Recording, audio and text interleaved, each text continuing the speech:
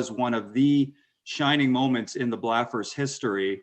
And Michael Ray is now also being featured in our current group exhibition called Carriers, The Body as a Site of Danger and Desire, which I very enthusiastically invite you to come see. It will be up on display until March 14th at the Blaffer. And we are open from Wednesdays to Sundays from noon to 5, always absolutely free. And so we thought that this was a great occasion to kind of look at Michael Ray's work from then as well as now. And so we are very proud to have some distinguished panelists with us this evening to catalyze that conversation and discussion. And so I have the pleasure and the privilege of doing some brief biographical introductions, and then I will hand it off to our moderator and panelists. So just quickly, I will start with Michael Ray Charles, whose exhibition, An American Artist's Work, debuted at the Blaffer in 1997. Charles is a celebrated artist and the Cullen Distinguished Professor of Painting at the University of Houston and a recipient of the American Academy Rome Prize. He's held one-person exhibitions in numerous countries, including the US, France, Spain, Germany, and Belgium, and served as a panelist and juror on the National Endowment for the Arts, the Bush Artist Fellowship, among many creative cultural entities. He is among the first group of artists featured in the award-winning PBS series Art 21, and has been acknowledged as an important young African-American scholar in academia by Black Issues in Higher Education. His work is well documented in art history books and documentaries, including segments on PBS and collaborations with the distinguished director Spike Lee. Charles' work is also held in many prominent public and private collections worldwide. And I should also note that we are convening this conversation also on the occasion of Michael Ray's recent release of his monograph. And a major part of that monograph is Dr. Cherise Smith, who is a chair of the African and African Diaspora Studies Department and professor of African and African Diaspora Studies and Art History at the University of Texas at Austin. She specializes in American art after 1945, especially as it intersects with the politics of identity, race, and gender. She joined UT in 2005 after finishing her PhD at Stanford University. Her research centers on African-American art, the history of photography, performance, and contemporary art. Her book on Michael Ray Charles, published by the University of Texas Press in 2020, places the artist's work in the context of the 1990s, the rise of collecting of Black memorabilia and pop art, among other historical trends. Cherise is also the executive director of the art galleries at Black Studies at UT Austin, where she spearheads Black Studies Art and Archive Initiative, which seeks to expand UT's holdings of art and material collections relating to people of African descent and increase its exhibition spaces. She has worked in the curatorial departments of the Art Institute of Chicago, the Metropolitan Museum of Art, and the St. Louis Art Museum, among other institutions. And our final panelist is Don Bacigalupi, who curated Michael Ray's exhibition in 1997 at the Blaffer. He served as the founding president for the Lucas Museum of Narrative Art, currently under construction in Los Angeles. Previously, he was the president and executive director of Crystal Bridges Museum of American Art, president, director, and CEO of the Toledo Museum of Art, the executive director of the San Diego Museum of Art, and was the director of the Blaffer Museum of Art from 1995 to 1998.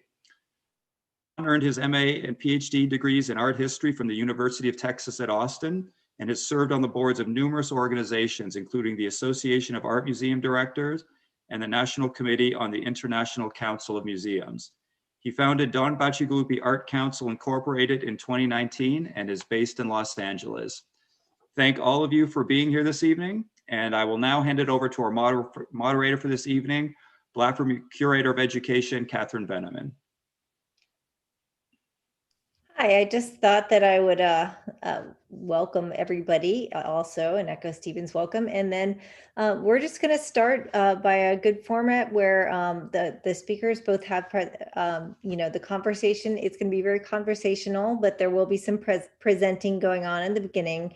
And we'll have questions interspersed. You can put them in the chat, or you can, and then we can ask, you can say them out loud too. And we'll be doing that throughout and then at the end. So welcome everybody.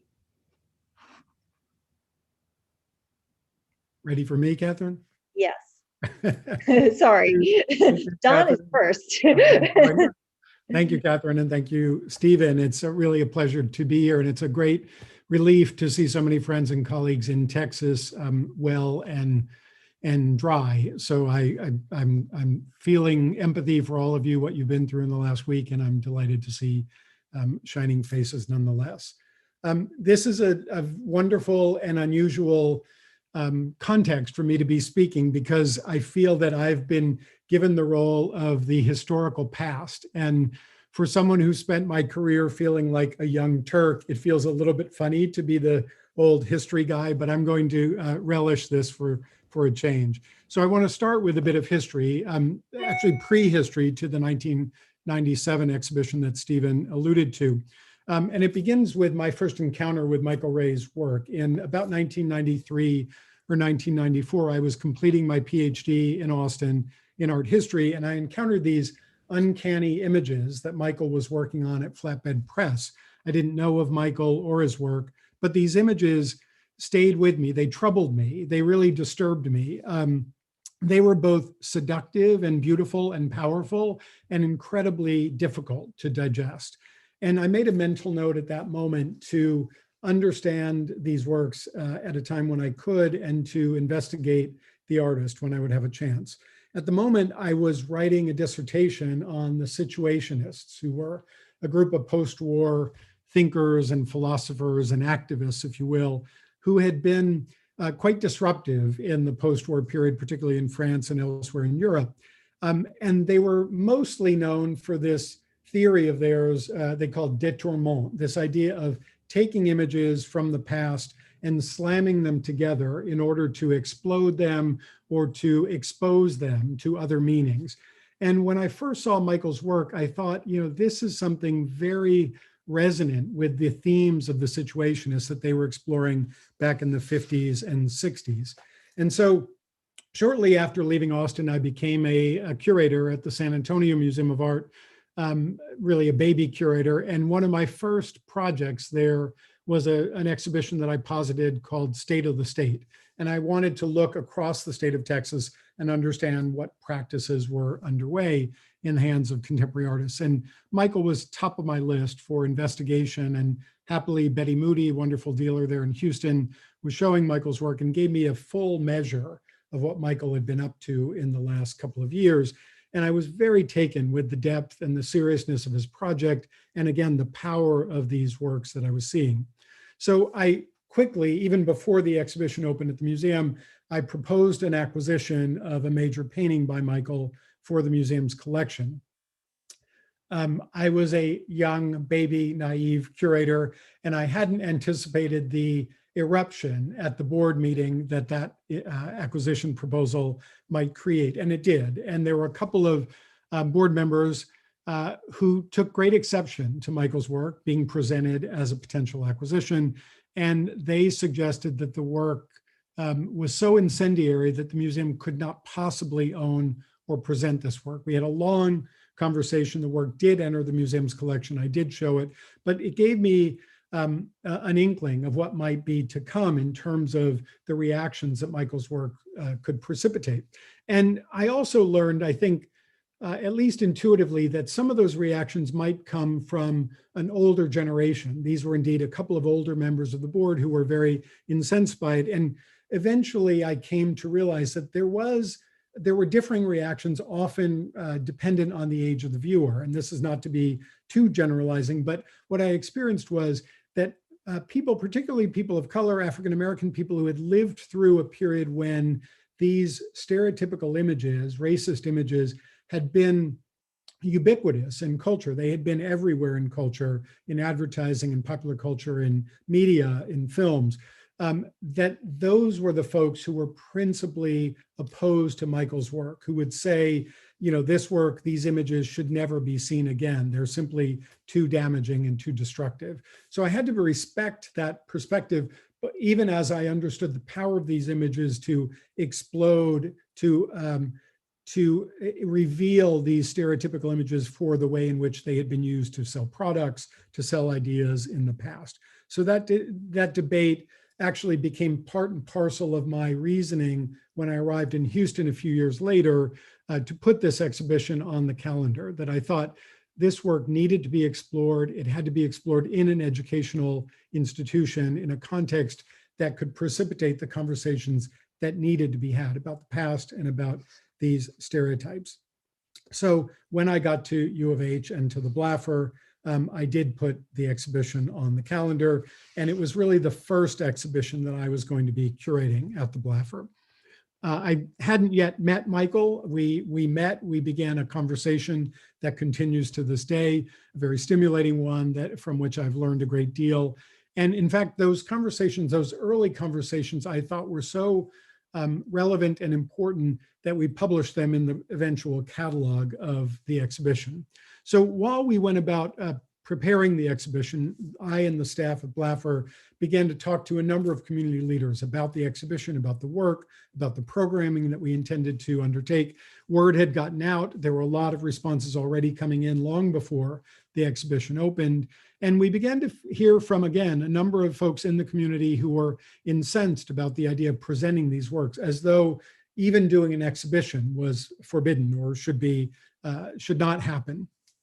Heated discussions in many quarters with many folks in the community, and even at our board. And I will say that the advisory board of the Blaffer was enormously supportive, even though one of our members eventually resigned from the board over the exhibition, which is another response akin to those in the community.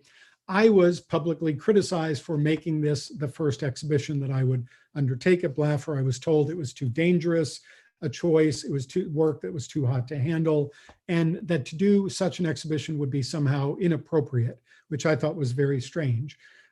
In perhaps a moment of youthful pique, I told the Houston Press, why else would I want to be a curator? To show pretty pictures.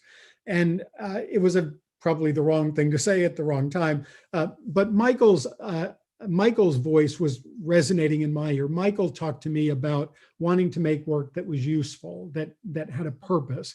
And so did I. And I thought this exhibition particularly would be that locus for conversation and for learning.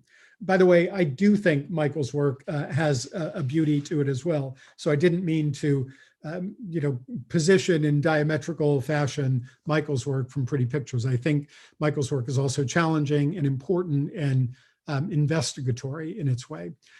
After the exhibition opened, and you're seeing images of the exhibition, I hope on your screen, the next backlash came, which I also was surprised by, not necessarily by the generation of folks who were precipitating that backlash, but from the fact that they were artists, and particularly artists of color. And Cherise will talk, I think, more about this, as she does so brilliantly in her new monograph. So I won't belabor that history here.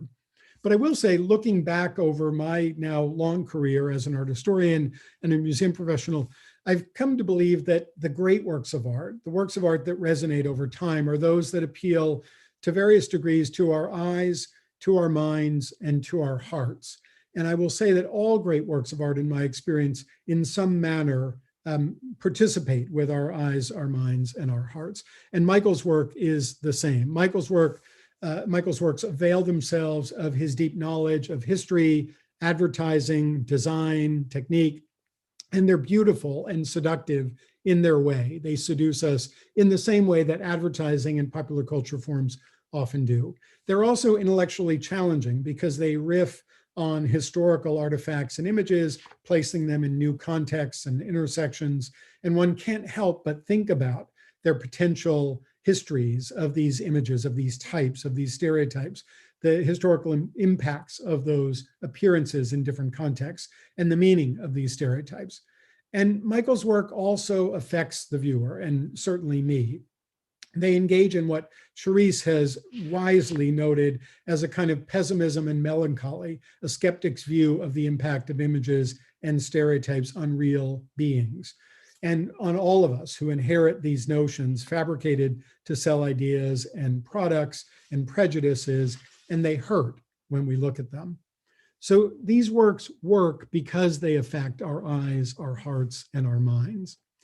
And also, as an art historian, I valued then and I value now the way in which Michael's works live in conversation with his forebears, artists, and peers.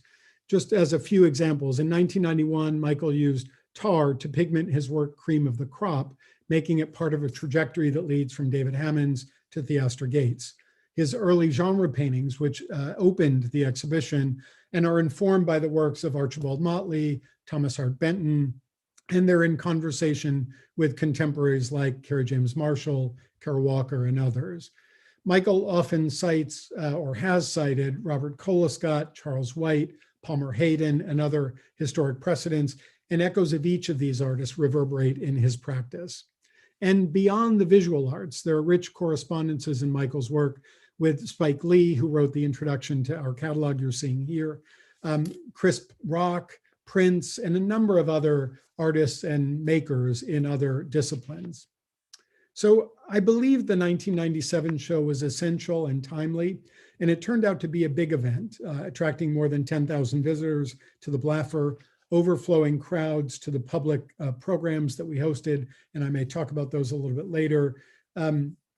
Constant discussion and debate in the galleries, and an award-winning catalog, which you're seeing here, which happened to have won the AAM's National Prize, beating out institutions like the Getty and the Met and the National Gallery, which was a great thrill for a little engine that could, like the Blaffer.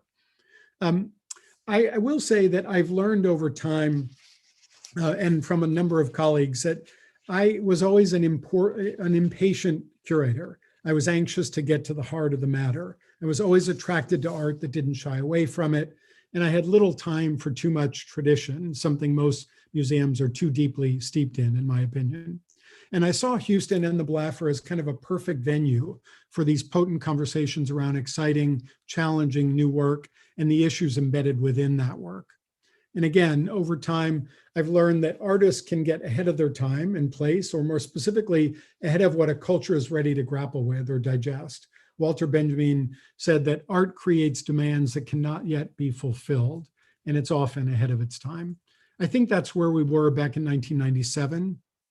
And so here we are in 2021, and it both saddens and surprises me that we haven't come so far at all. And yet, in other ways, we have. But we must return to some of the same conversations we were having then a generation ago. And it also pleases me greatly to have such good company to share a conversation about what we've learned, how far we've come, and how far we have yet to go. As Dr. King reminded us, the arc of the moral universe is long, and it bends toward justice. And as Michael Ray taught me, the past is present. So I very much look forward to the conversation, and thank you all. Don, thank you. You are a hard act to follow. Catherine, are we talking at this point, or am I doing my presentation now? Well, I think that you could do your presentation now. I mean, I think that would make sense, and then we'll tie it all together. Okay, that sounds good.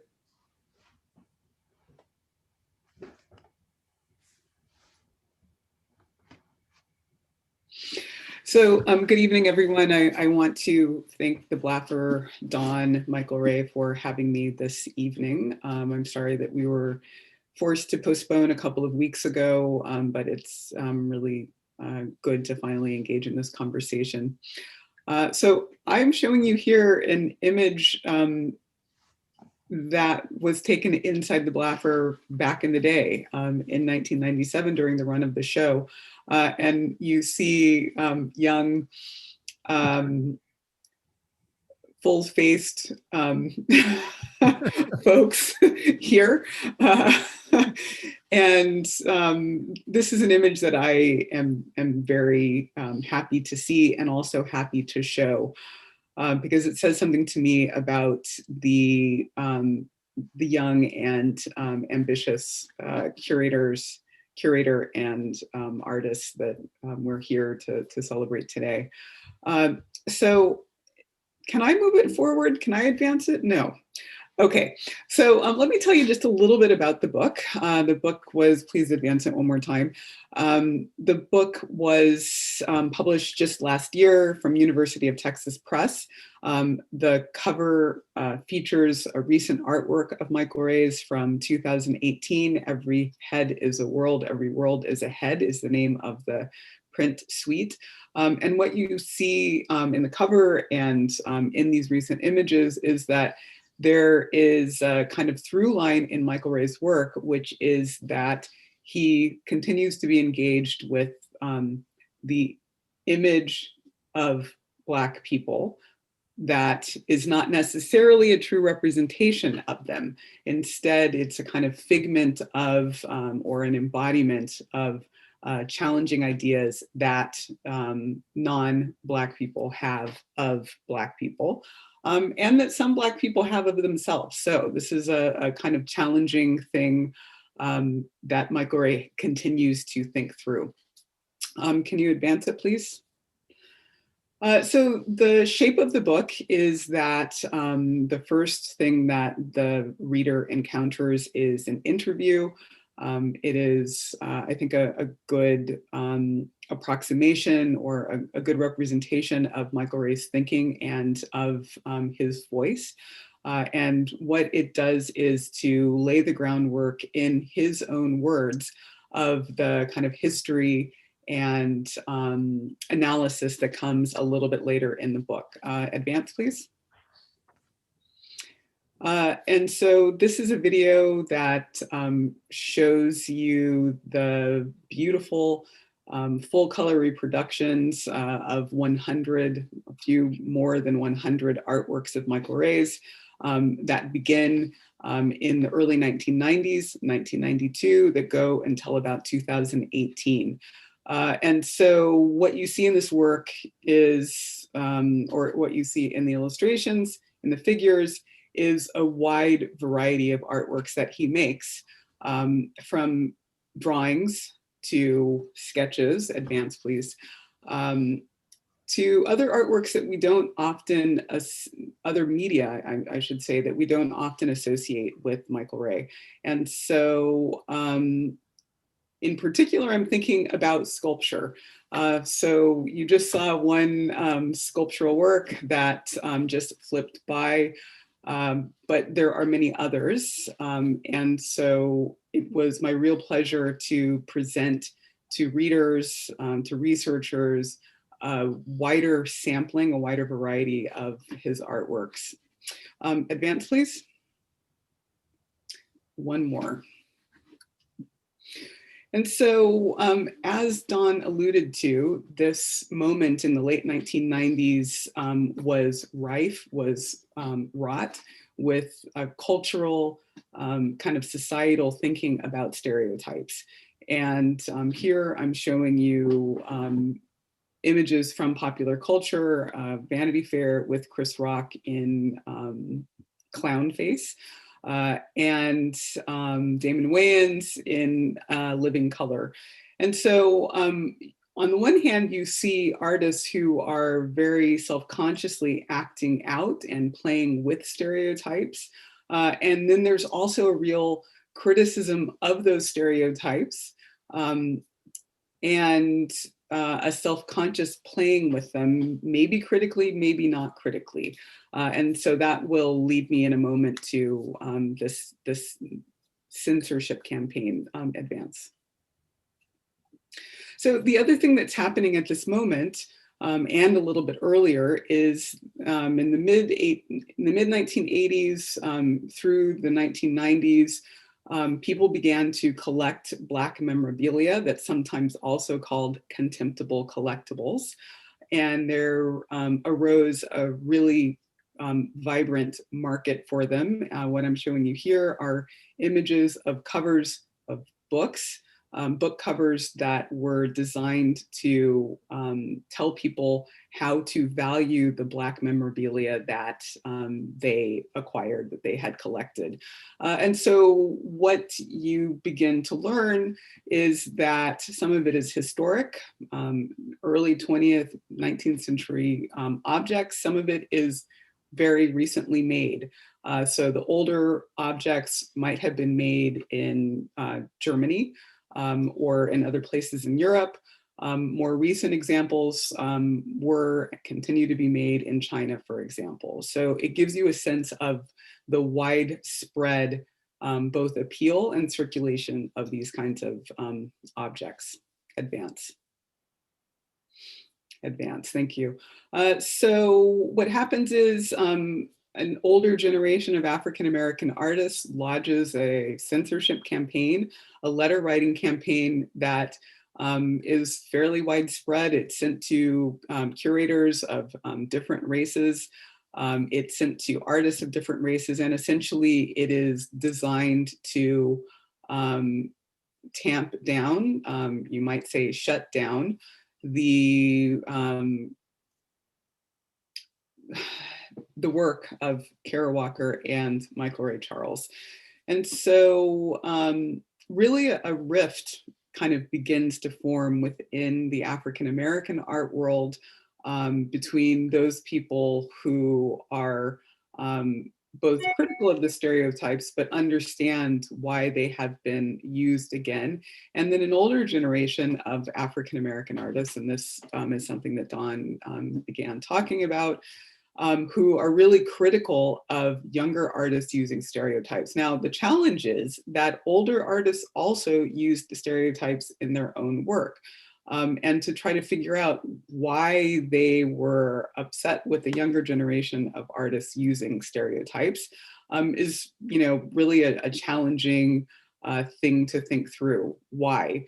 I think if you are to look at the ways that the stereotypes are used by different artists, you'll see that there's some variety in its use and its appropriation. But still, there's a grappling with and a try to reconcile with these challenging ideologies that continue to circulate. Advance. Yes, and so again, in the 1990s, there are various artists who are engaging, and here I'm talking about visual artists, Carrie Mae Weems, Renee Cox, Fred Wilson, all in some way, shape, or form are engaging with advertising images, old stereotypes and caricatures having to do with African Americans, from Aunt Jemima to Uncle Ben. Forward. And in this slide, you will see that there are many artists from the 60s to the 70s who were also engaged in doing battle with and or satirizing stereotypes of African Americans. So here we have Betty Sard, Jeff Donaldson, Joe Overstreet, and in each of these examples, they have taken the caricature, the icon of the mammy figure, sometimes called Aunt Jemima, who's of course associated with pancakes. And they are reconfiguring her sometimes as a kind of Black Power icon or figure, other times as a civil rights activist. But in any rate, they are not imagining her as a docile, servile figure. Instead, they're empowering her and imagining her fighting back. Advance. And so the last slide that I want to show you this evening is from artists from the 1930s and 40s who were similarly engaged with how African Americans have been portrayed historically, and what the kind of iconography of the stereotypes of the stereotype is. So there's Palmer Hayden, Archibald Motley, Romare Bearden, many other artists dealing with the same subject matter and really taking it on in a forthright and straightforward way, not unlike artists of the 60s, not unlike artists from the 1990s, or even those today. And if you think of many artists continue to do, younger, newer artists continue to make work that are dealing with stereotypes. So I am going to stop my presentation part, and we can begin to have more of a conversation. I'm going to start us off by just, going back to the title of our conversation being then and now. I think the then and the now could be so many different layers of time right now that we're dealing with. As we learned, there's so many historical layers of time present, and then 1997 is now also becoming a then.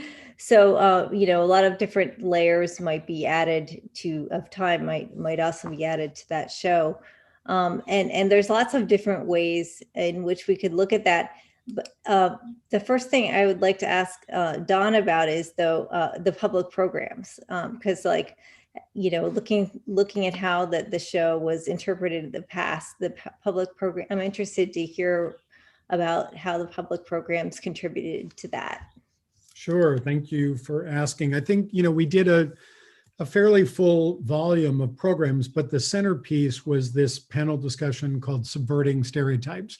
And we invited Elizabeth Catlett, who was as we all know, was a great pioneering sculptor and artist of the mid-century.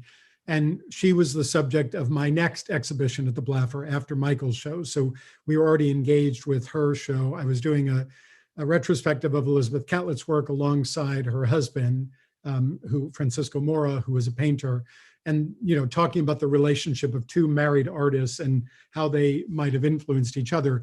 But because she was already on the docket, she consented to come to Houston to be a panelist. And we had scholars from a variety of different U of H departments, as well as Dr. Catlett, as well as Spike Lee, who ended up having to drop out at the last minute, but wrote the catalog intro, as I mentioned. And, that program alone generated enormous attention in the community. As I recall, we had to have overflow seating in the courtyard of Blaffer and live simulcast, which was a very new technology then, so that more people could attend, even in virtual space. We didn't have Zoom then, as you all know. And it was very heated, I would say. There was a lot of polemical positions that were being articulated. Again, some of them along generational lines, interestingly, again. Elizabeth Catlett, who I called a great friend for the rest of her life, and we had wonderful occasions to work together on a number of different exhibitions. She surprised me with her, with the kind of lack of openness to Michael Ray's work. And she wasn't quite as strident as someone like Betty Saar or Howardina Pindell, but she was also very uncomfortable with Michael's use of these historic images, these racist images. And yet she and Michael had a lively conversation thereafter. So I think, again, it was a kind of generational discomfort that played out not only with our panelists and with the artists that Cherise spoke of, but even in the audience. And we could hear from a number of the questions from community members, how they were phrased, that there was a real antagonism to the idea of a young artist using these images, maybe that weren't native to his generation, if you will. That is to say, during Michael's lifetime and mine, these images were not so prevalent, although I would argue that they're still present, but they weren't so ubiquitous as they had been maybe 50 or 100 years prior, that somehow that it wasn't the purview of a young person to reanimate these images and use them again, even if they were using them in a satirical, parodic, or situationist way, as I would argue Michael and other artists of his generation have done. So the program was, I think, in some ways, a great kickoff to the show in terms of giving the community the opportunity to hear and then to articulate their own perspective on the work. And then, as I mentioned earlier, it precipitated many, many, many debates in the galleries, spontaneous ones, debates and discussions with our docents who are giving tours pretty much on a daily basis of the exhibition, and lots of conversation happening through letters to the editor in the local publications, and then eventually in national publications as well. Yeah, if you don't mind, I'd like to follow up on that. So exactly what Don is saying is true, and it is something that is historicized in the book. So it's one conversation, but there are many more nationally that take place about this issue of stereotypes. In Atlanta, in Cambridge, on both coasts throughout the country, this is a real topic that people are very heated about. Standing up, shouting at each other, heated, just to give people a sense of how strongly people felt about it.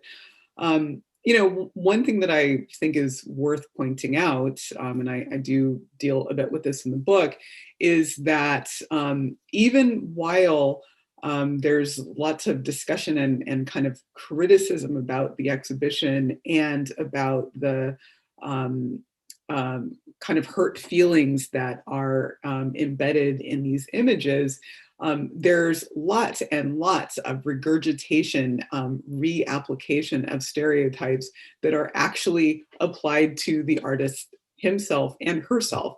And so if you go back and you look at the writing from this time period, you see that Michael Ray is basically kind of painted, and the same with Kara Walker for that matter. They are painted, she as this lascivious Black Jezebel who only ensnares people with her sexuality. He, on the other hand, is cast as this remarkable artist who's responsible and has a family, because somehow that flies in the face of what Black men are supposed to be. And so it's a very interesting swamp, to use a really kind of contemporary word, of stereotypes that are just being thrown and reused over and over in this time period. Cherise, I just want to echo that last point. I remember when we were preparing the exhibition, and Michael, I think you talked to me about this, one critic or writer referred to Michael as kind of a wild child from the swamp or from Louisiana. And it was so antithetical to my experience of Michael, kind of intellectual, thoughtful, quiet person who's making very deeply felt work. And this notion of the wild child was used with Jean-Michel Basquiat and, a couple of years before, and many other artists. And it was just such a kind of ubiquitous trope. And exactly as you say, it's another form of the stereotype taken into a different context or a different milieu, but focused on, ironically, on an artist who's exploding those stereotypes. Yeah.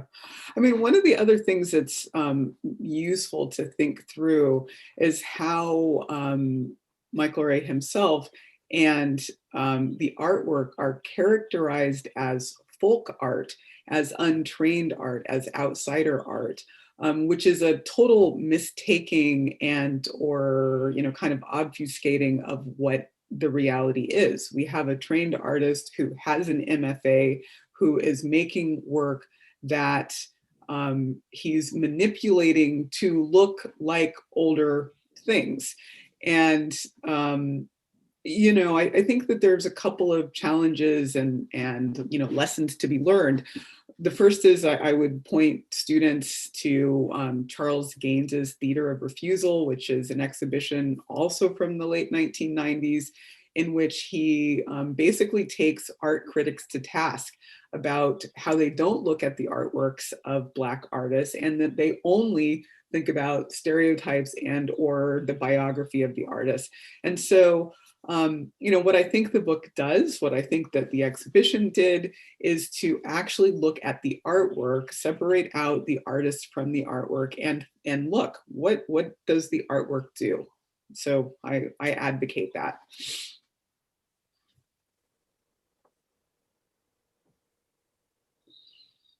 So looking at we were talking about the then, looking back at it now, how is your, with your historical perspective, Cherise, how would you, how do you think that the work, the interpretation of the work has changed? Well, it's interesting that you say that. What I think has happened is, as Michael was showing more in Europe than he was in the US, I think there was a real kind of lull in which there was a lack of critical and historical engagement with it. And so it was, I think, a really good time to have the work reconsidered, especially as people are beginning to have enough distance from the 1990s to think of it as history.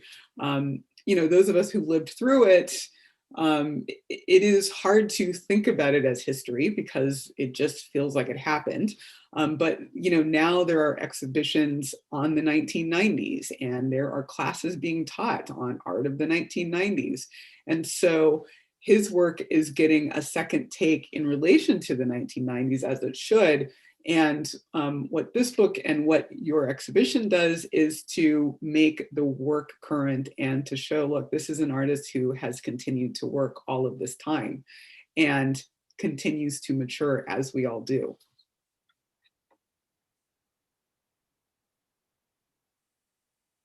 Can I comment on that as well? I think in addition to what Cherise said, which is absolutely accurate, the context for work by artists of color has changed, obviously, in the marketplace, in the critical arena.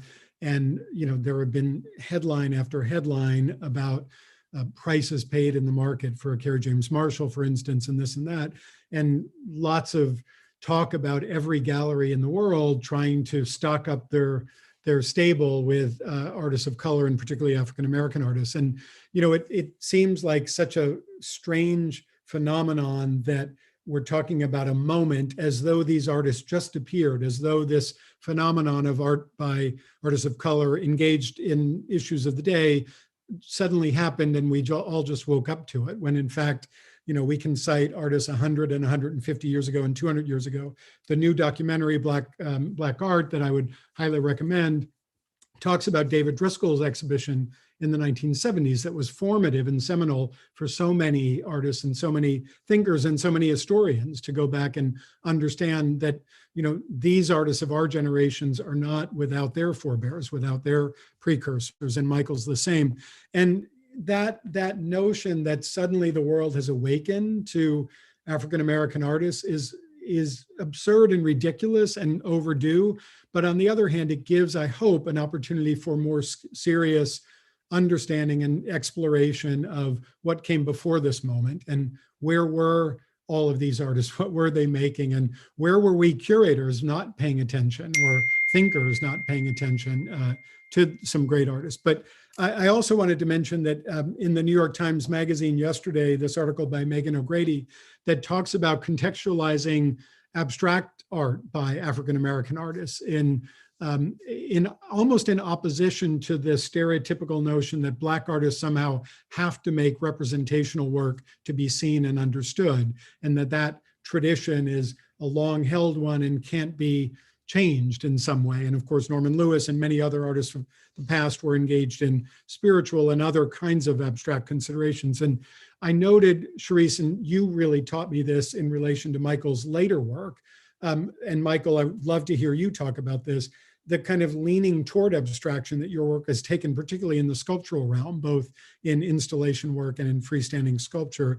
And, I'm fascinated by this notion that it's either or, when of course in most artists' work, it's not. It's a spectrum of engagement with abstracting from representation, or representation that borders on stylization or other forms. So I'm delighted that there's so much more activity and understanding and exploration of these forms, and a little bit, I don't know what I am. I'm a little disappointed that it, had to take the form of this kind of hot new subject that that the market seems to think we're in right now.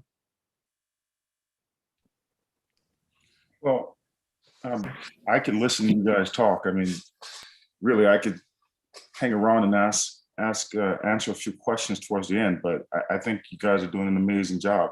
And I'd rather just listen to you guys speak. But, in terms of the range of production with regards to abstraction, first of all, in early 90s, I could not have made the work that I've done most recently, especially work that's a bit more sparse and open, for a number of reasons.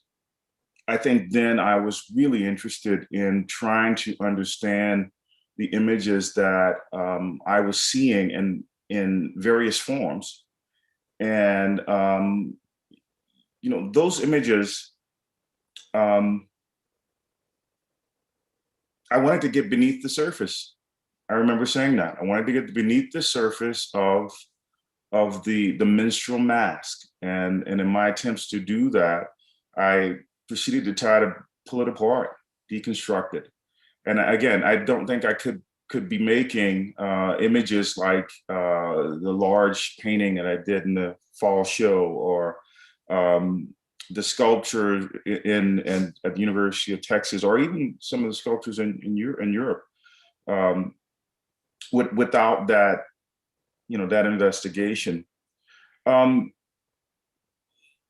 It's maturing, you know, you evolve, and the work needs, I'm pulling things out.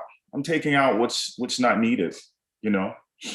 So that's the best way that I could answer that right now. It's more information, it's more looking, it's more seeing, more analyzing, and being more critical about the world and the ideas that exist within. Looks like Susanna has a question. Yes. Hello. This is just really exciting for me. The exhibition at Blaffer back in the 90s was one of the first exhibitions that I, as a young museum educator, had to prepare materials for and invite audiences in to have conversations about the artwork. And for me, I credit this exhibition with really challenging me and getting me started in thinking about these racist images and the function that they have. And it's been an ongoing conversation and an ongoing evolution of my thinking. And so to answer Catherine's question about how is it received now, I would like to posit that we now have a lot more language and concepts that we can use around understanding these images. Whereas back in the 90s, we were still kind of, critical theory was really just coming to the fore. We were in the middle of culture wars that, if I remember correctly, I think maybe Cincinnati, there was a big issue with Michael's work and Congress. But now we have, I think, in great part due to Black Lives Matter movement, I think we have, in the general discourse, we have more concepts and language to use and to understand these images. And so I'm curious to hear what Dr. Smith and Don have to say about that, maybe. I think it's an interesting point that you're making. We might even argue that we're in the middle of culture wars right now. I might even argue that we're in the middle of culture wars right now. We might say that the war that was fought in the 1990s kind of begat the war that we are fighting right now.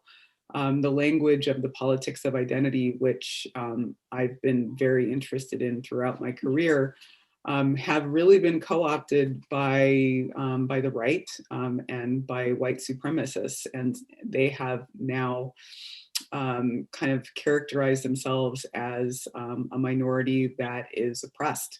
And so, I think that it's useful to understand that we do have more language surrounding it. We do have way more ways to think about it. But it's the same old, same old. It's the changing same, and we all have to fight it. And that's pretty simple.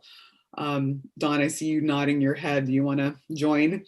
I couldn't agree more, Cherise. I think, the thing that I alluded to earlier, that here we are a generation later having to have some of the same conversation around the origin of these issues. I mean, Michael said to me over and over again, in fact, I think he had it emblazoned on his studio wall then, and we put it in the catalog, the past is present. And as much as we try to move on. And this, this is another trope that we're living through right now, the idea of moving on from things that are troubling or problematic versus remembering and dealing with the memory, I think is part and parcel of this. I mean, I can't ever not be shocked by the fact that a fraternity or a sorority has a theme party that's the old plantation or this or that. And it just is, it seems to be a constant reawakening of these same tropes, these same impulses in every generation. And we have to continue the fight, as Cherise mentioned. It astonishes me because I think, we're in this spiral, and my hope is that we spiral up, but I'm never really sure when we're in it, which direction we're going. And I agree that the culture war that has now begat a kind of political culture war is terrifying. The results of January 6th, et cetera, and the visibility of these notions of white supremacy and all of these hard right ideas that were once hidden terrify me. And on the other hand, I think about, Michael taught me this as well, the idea that only light drives out darkness, and these things that are hidden away don't get addressed. And so the idea of, in Michael's work and other artists' work, revisiting these horrors of the past or these horrific images of the past helps us to shine light on them in order to explode or undo or take away their power. But on the other hand, those same notions have now brought to the fore and to light-filled visibility these other manifestations of the same horrific ideologies. So, it's troubling to say the least. And I think Michael said in the interview in our catalog, what if Jewish people never wanted to talk about the Holocaust? And that continues to resonate with me as well, that we have to keep talking about these issues that come from our past and our present today. One of the things. Oh, sorry. Oh, sorry, Michael. Michael, go first, and then Stephen. One of the things that I recall while a graduate student and really diving into the work that I began to make there, I remember, making a decision. What was I going to make work about? And I recall saying to myself, man can go to the moon, but man is yet to be able to deal with difference. And I'm saddened to a certain degree for a number of reasons. Most recently, during the Black Lives Matter, the summer of movements and marches, and I recall there was an image of, I guess it was a celebration of sorts on the news, cut to breaking news, Elon Musk's aircraft goes to space or something like that. And most recent, in light of the issues that we're confronted with, we're sending another object to Mars. And the interesting in many ways for me, because I do feel like as a member of a post-civil rights generation, the 60s gave way to a repositioning, a recontextualization of things. And the world is changing and is opening up. What we have today in America is a more, I believe we had a more tolerant and progressive society, but we had decolonialization taking place, and you had a lot of movement from places where people didn't have a say in determining their reality to extreme forms of empowerment here in America for all sorts of people from different walks of life. And I think we're at a position today where we're seeing discontent because of this uncertainty about power, because of this uncertainty about who controls reality. What most minorities are faced with, what all minorities are faced with, in American culture is, in my opinion, the challenge of being normalized, or the lack of the ability to be normalized. And women are not, in my opinion, independent of that either. If the normal structure is dominant white male, we are dealing with that and those kinds of issues now. And I think my work then was beginning to investigate what I was seeing in kind of residued areas in cartoons as a kid. And then I get to a point where I'm trying to question, what will I make work about? I started looking at American culture. It was there the whole time. And I just started pulling these things apart. I'm disappointed, I think, when I think about where we are in America. I'm quite disappointed, but the writing has been on the wall for years. The images that Cherise showed earlier of two comedians, the work that In Living Color was doing on television, Dave Chappelle could not have existed without that show, In Living Color. And In Living Color was in the right position, along with, you know, artists of the time, hip hop culture. Never before in popular culture is American Black youth have had a voice like that particular moment. And I'm not saying that the Wayans brothers in that show was hip hop culture, but it embodied those things. But they were a little older, but that particular show presented the freedom, in my opinion, for those particular comedians to act out and to create language and to create images and create experiences that continue to shape humor today in American popular culture that never existed. They stood on the shoulders of earlier cats like the Red Fox and some of these other earlier comedians, for a lack of ability to remember names. I keep getting Moms Mabley in my head, her too. But the popular culture that I was beginning to deconstruct back in the early 90s, it's still there. It hasn't gone away. And we keep reproducing the same thing, but in different forms and different variations, and keep introducing new generations to it without a critical eye. Don, you brought up Elizabeth. I was really disappointed in meeting her for the first time, and I'm this young fan of her work, and she's like a grandmother, and boy, did she tear into me. You know, what was interesting about that lack of communication then, it remains now. America has not been healed, is not healed with regards to race.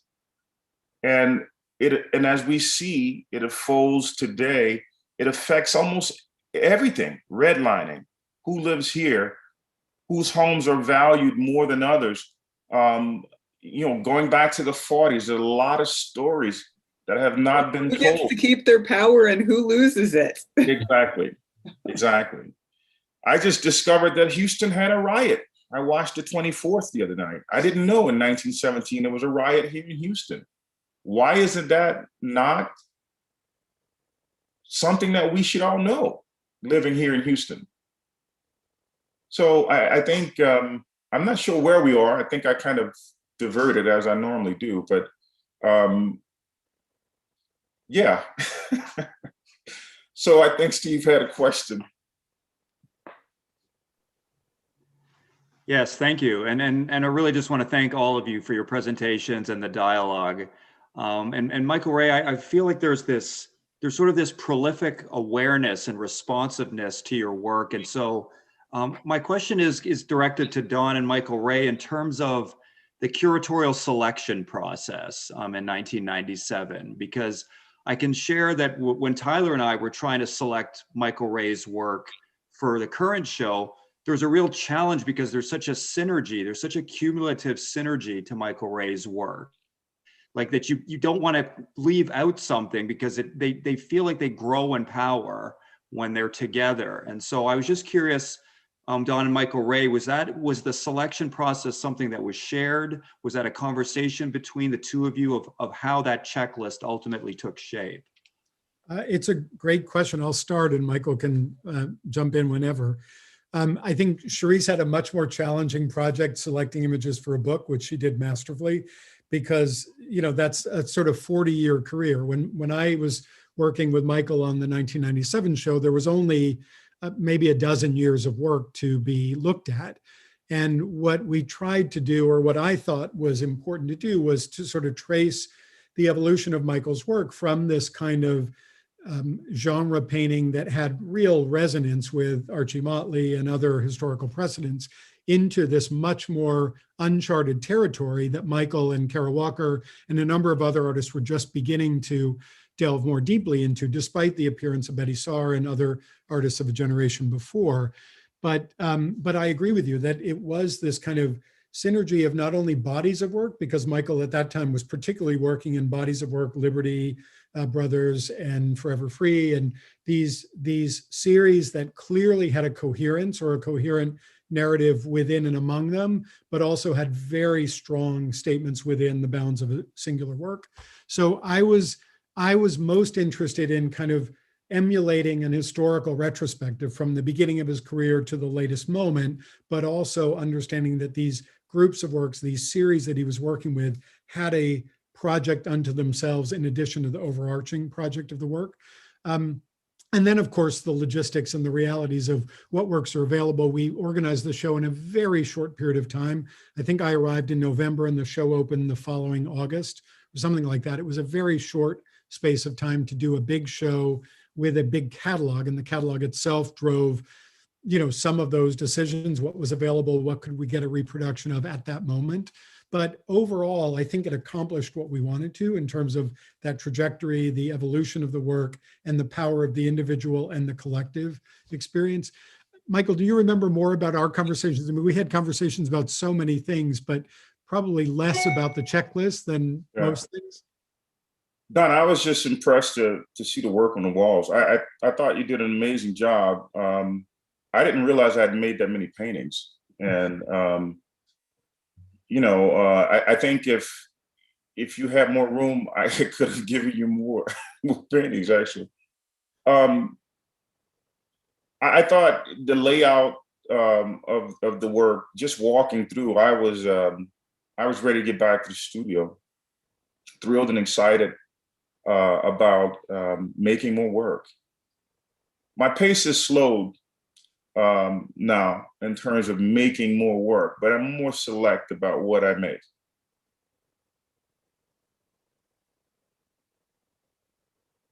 Michael, can I ask you to talk about something we were riffing on before we started the Zoom, which is music. And I remember very distinctly the impact that you described of music, and you just talked about hip hop culture a minute ago, on your thinking and on your understanding of how art or arts work. I remember conversations about Prince particularly and other artists that were very in the air at the moment. I come to art with a literal and figurative deep background in music as well, a real understanding of the world through music as well as visual art. And I think your work is deeply affected similarly by music, whether it be hip hop culture or the idea of sampling and remixing or mashing up, those kinds of ideas. Can you talk a little bit about that? Yeah, one of the strategies early on with making the work, after I got to a certain point where I began to gather enough information about stereotypes, and I began to investigate more. One of the strategies that I began to employ, I looked at music. Again, it was hip hop culture. It was confrontational. It was unapologetic, and I wanted to make work that looked like that. It was bold. It was bright. And that's what those earlier paintings begin to look like. But overall, Don, I think, I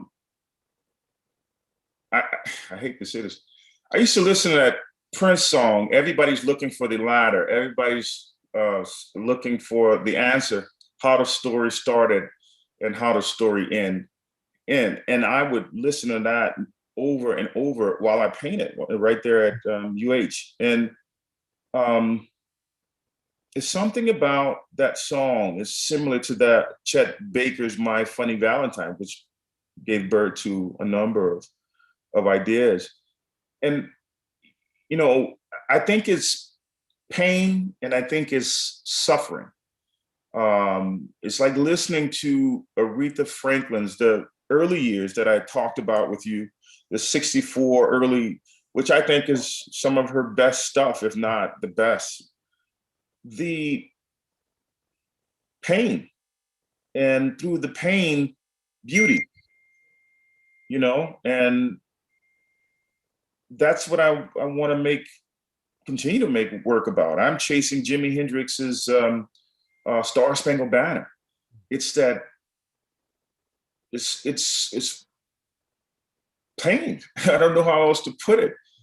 And, you know, I was told once that I don't know why you listen to all of these, you know, slow songs or painful songs and all this stuff here, but I find strength in them and beauty. And when I look at these stereotypes, the more digging I've done, man, I can only tell you how they intersect with so many other things. There's a lot of pain, there's a lot of suffering, there's a lot of fear in those images, even the ones that are smiling back. And they're not, and never been, in my opinion, Black people. I think ultimately it's a lingering issue about what actually is a portrait of a Black person. And what is being Black in America. So I find that music is always a part of my life. From as a kid playing in a band, I could now appreciate things that I didn't have access to as a kid. And they all have something in common, you know, whether it's doo-wop, whether it's country, punk rock, you know, Kiss, Queen, for example, there's always something in common, you know, and Freddie Mercury is another cat, man, that I don't think he's got his just due. But music has been a part of my life. It will continue. It definitely influences the work. And I don't foresee it stopping. I was just listening to music before we joined here. There's a few questions from the chat, so I want to bring back to that. And the first one is Kim's iPhone asks, how has the audience reaction to differed or not between the 90s exhibition and the current exhibition?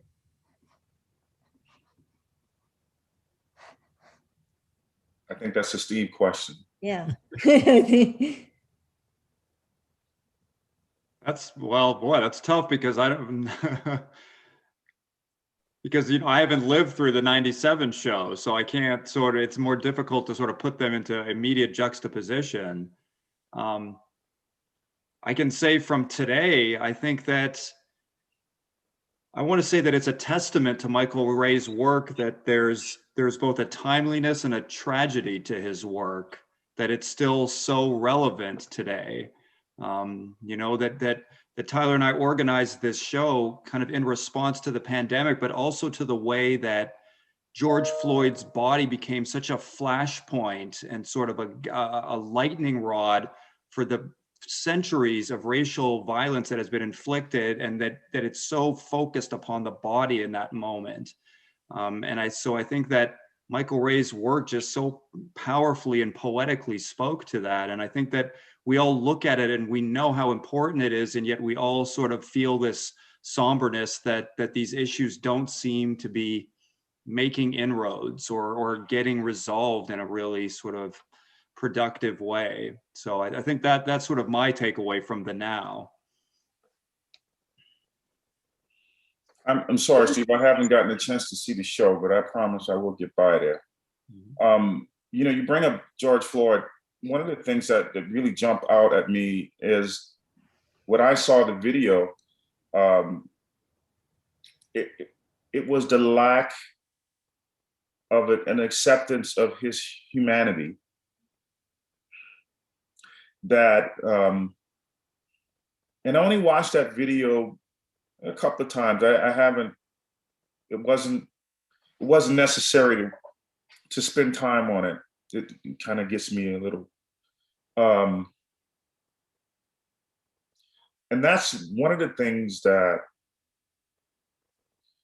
the stereotypes, as they were produced for whatever purpose, as it related to the construction of America's popular culture in the 19th century through minstrelsy, you know, we don't see really in a way that rivals those images, Black humanity, in my opinion. So to see the George Floyd video and folks who have died afterwards, it's a continuation, you know. I'm sorry I even brought that up, but it really gets me because it's really about humanity. Yeah, it's really about humanity, or the lack thereof.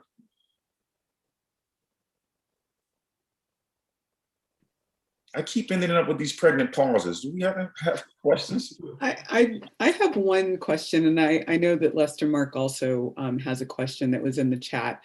But I wanted to ask Don, you mentioned that you felt like it was an exhibition that needed to happen in a university gallery or a university museum. Can you talk about what the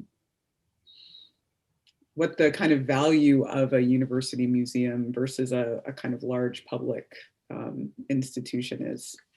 It's a great question, Cherise. I think at the time it was very meaningful for me to have the exhibition take place in that context because we're dealing with a young generation who doesn't have the historical experience to have lived through periods of overt or ubiquitous racist imagery.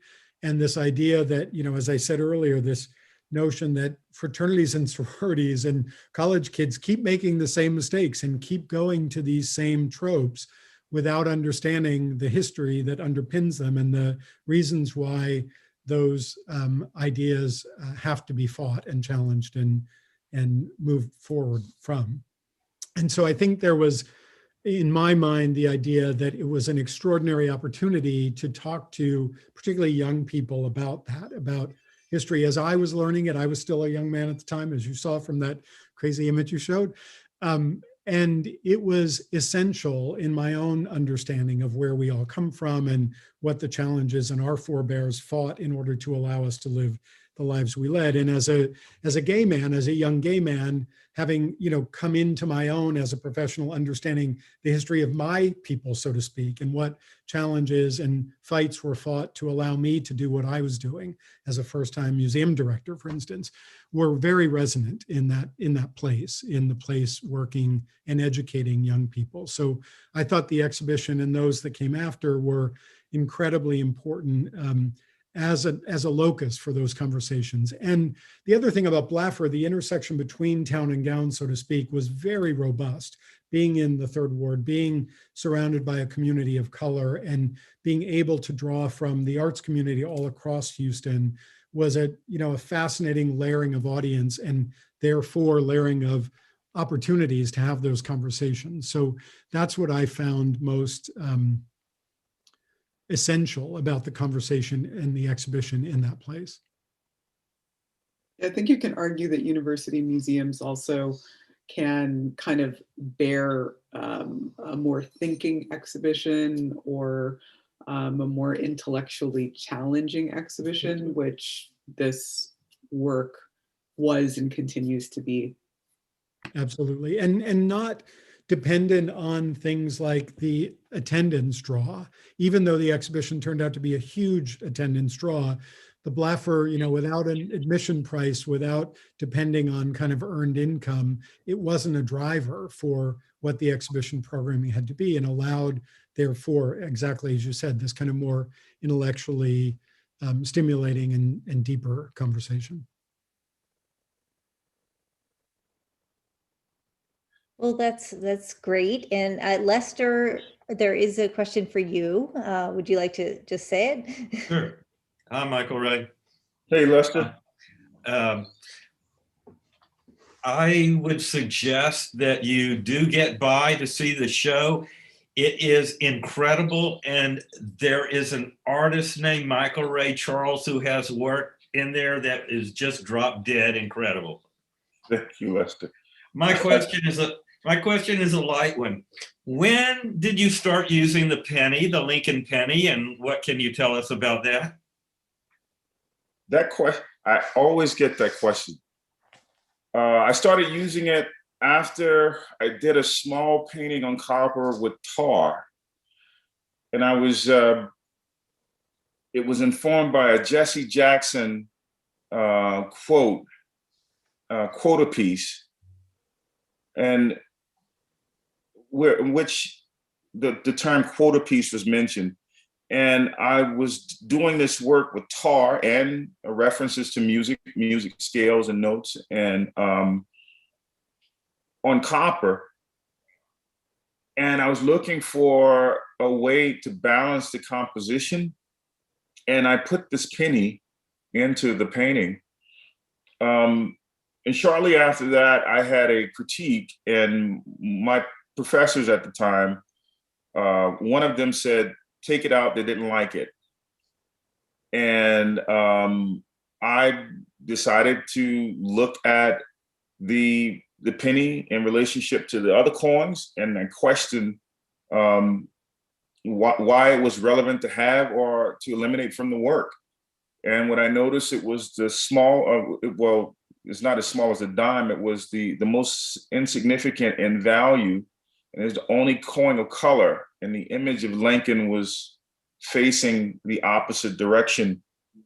And I, at that point, adopted it as a co-signature and a lingering question in all of my paintings, where the Lincoln image is turned on his head in all of the paintings.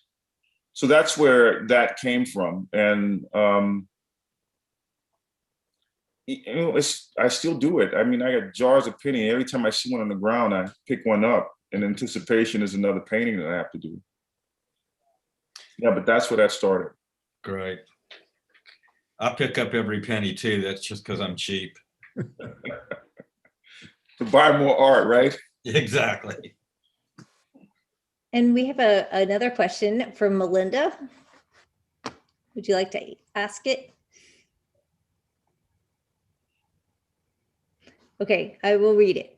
Hi, Michael Ray. I'm curious about how experiences, music you're listening to, social political events like George Floyd's, as you mentioned, influence how you paint or work in the moment, if they do. As these experiences have built up over the years, have you noticed shifts in your practice or process? Yes, there's always shifts in terms of practice and process. There's a time for everything, and there are times when I'll start and 2 weeks I have to be done with paintings, and I'm often working on several at a time. And there's time when I just need to rest. There's time when I need to take in information and stimuli. So I've grown over the years. It's not something that I feel like I have to be in the studio every day producing. Early on, when I was young, I didn't know any better. There are days that I don't have to go to the studio. Going to the studio is taking a walk and paying close attention to my surroundings. Going to the studio is reading a couple of chapters, sketching. So the different ways I think that I've found and discovered to nurture my creativity through the years. And it's good to hear from you, Melinda.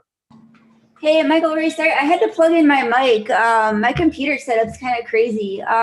Thank you. That was a really good answer. I definitely agree, that everything that you're taking in and your environment affects, the work that you're making. And it's not just about being in the studio every day. You got to input to output. Exactly.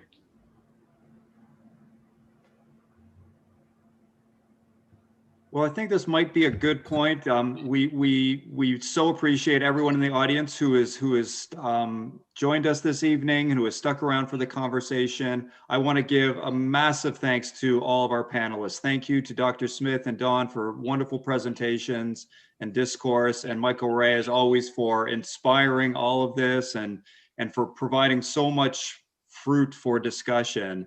I again want to encourage you to come see the exhibition. It's up on display until March 14th. And please pick up Dr. Smith's book. It's a wonderful and very thoughtful and thorough read of Michael Ray's practice. Yep, Don's holding it up. And again, want to thank all of you for joining us this evening, and we will hope to see you again soon.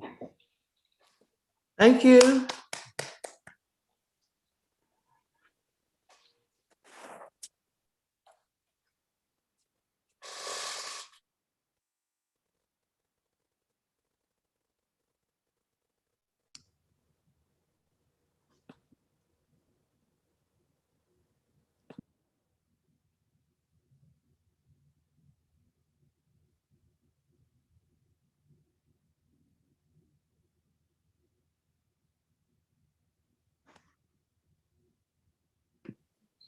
Well, thanks, everybody. I appreciate it. Yes, Thank you so much, Dr. Smith. Yeah, it looks like Don and Michael Ray left us as well. Yeah, it's been a long day. I get it. All right, have a glass of wine. Thank you so much. Thank you again. We so appreciate it. Bye. Thank you.